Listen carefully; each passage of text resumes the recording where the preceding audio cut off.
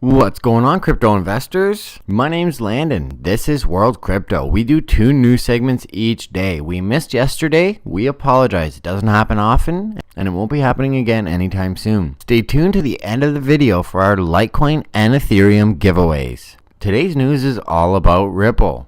As number 3 on CoinMarketCap, it has been making headlines, partnerships, and is getting tested and developed among some of the largest banking institutions in the world. It's actually aiming for global dominance. Not even kidding. We have 2 news stories to bring you about Ripple, and one is an incredibly thorough look at why Ripple is getting developed as much as it is, being tested by Western Union and becoming more and more like a real currency. Ripple's currently trading at $1.05 USD, down 1.44% for the 24-hour period. It's not that big of a deal. It's been seeing insane movement lately, a lot of volume just in the last 2 months. Things have been looking really good for Ripple. On the 7-day chart, we're seeing a lot of horizontal movement with a peak on February 10th, followed by a slight consolidation period and quite literal horizontal movement right now. It is kind of in a limbo period waiting to see what will happen, but by the looks of things, it's going to break out very soon. A breakout is imminent, according to my opinion. I'm not a financial advisor. This is not financial advice. It's my honest opinion as to what's going on with Ripple. And this video is more importantly about why Ripple is so different and why Ripple is being adopted the way it is. Stephen Ruff has a clear and thorough examination from a big bank insider's perspective, and foresees Ripple being a staple among modern banking moving forward. As the article outlines, Ripple functions very differently than its cohorts in the digital asset space, in that the utilization of XRP, its payment protocol that allows transfers in real time for real fiat currencies, initially sterling, USD, and euros, but looking at others, you don't need to use the Ripple XRP coin to utilize the system as an alternative to the current best practice of the SWIFT payment processor, which eats up fees and can take days. I personally have used SWIFT. I've worked at a big banking institution in Canada, CIBC, for 5 years. I used SWIFT. I recommended SWIFT was used for big transfers because it takes up to 3 days and it eats a lot of fees. Smaller transfers, several $100s, mostly people sending money back to their families in developing countries, would generally be encouraged to use Western Union. Furthermore, SWIFT isn't widely available, so the person receiving the funds may even have trouble finding a bank that supports SWIFT if, for example, they're in a developing country. Either way, XRP is far superior than SWIFT and Western Union, and that is becoming more and more apparent as these big banks look into the viability of Ripple moving forward, start to test it, and turn their eye towards blockchain technology and how it can benefit their systems and, most importantly, their customers. The fundamental concept of Ripple is that it creates a liquidity pool, which is the process known as XRP, and has started to be taken up with its XRP service by leading non-banking payment companies like MoneyGram and now Western Union. This means the transaction can use the liquidity of XRP, which is growing in a controlled manner through an escrow process, and all spare liquidity is placed back into the escrow to be used at a later date, typically in another 48 months. So while most cryptocurrencies are there as standalone products that can be traded, not unlike gold or silver, Ripple is designed to work in the same way a transaction happens between banks and central banks, so as the application that is used to transfer payments, as well as an actual currency that can be used, that the liquidity of that currency can be used in escrow for said transfers. It's actually a very well thought out and beautiful system. Furthermore, the creators of Ripple can't suddenly flood the market as it operates, whether or not Ripple exists.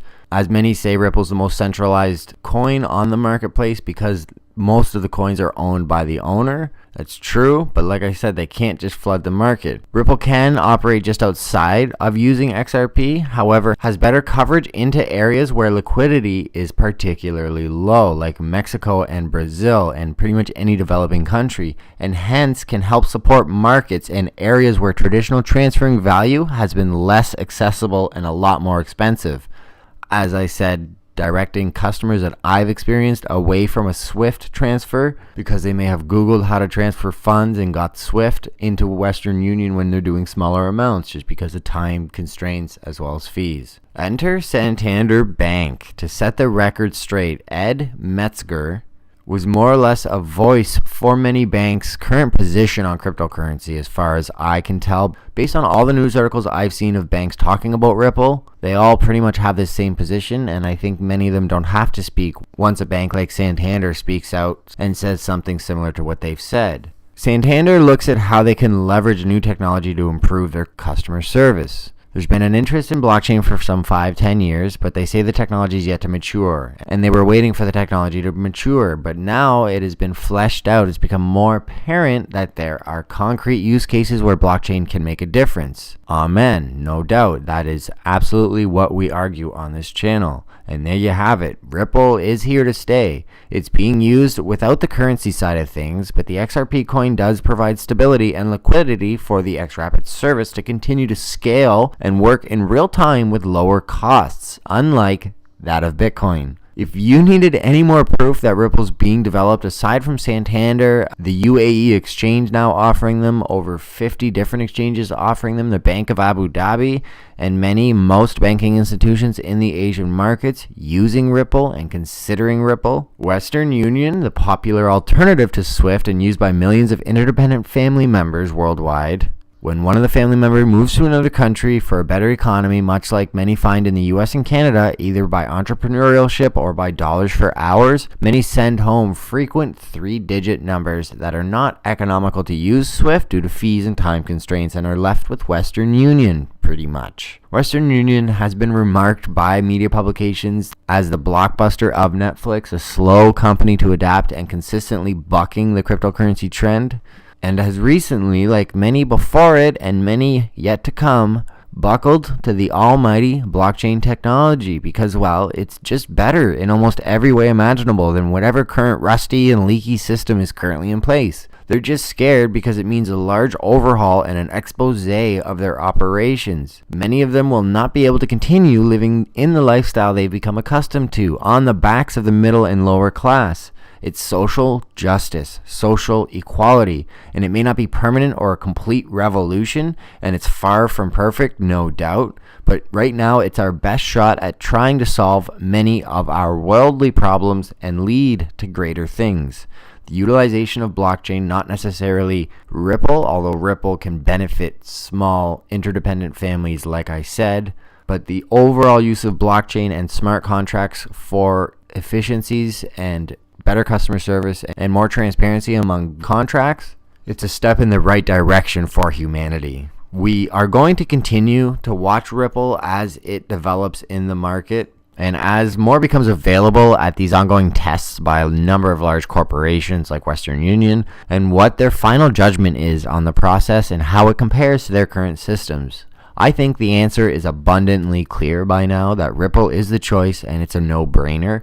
Alas, the tests must be done and those in power must provide the nod of approval. I hope this gave you a bit more information on Ripple, the XRapid protocol, and how it's different than most cryptocurrency and how it is aiming at worldwide universal banking adoption. And that's what I meant by global domination. Literally every corner of our banking institutions should be using Ripple in the near future. Within the next 5 to 10 years, I would imagine it would integrate universally and worldwide, one would hope. It will be the new SWIFT payment system, which is right now the gold standard for payment processes between banks and larger institutions.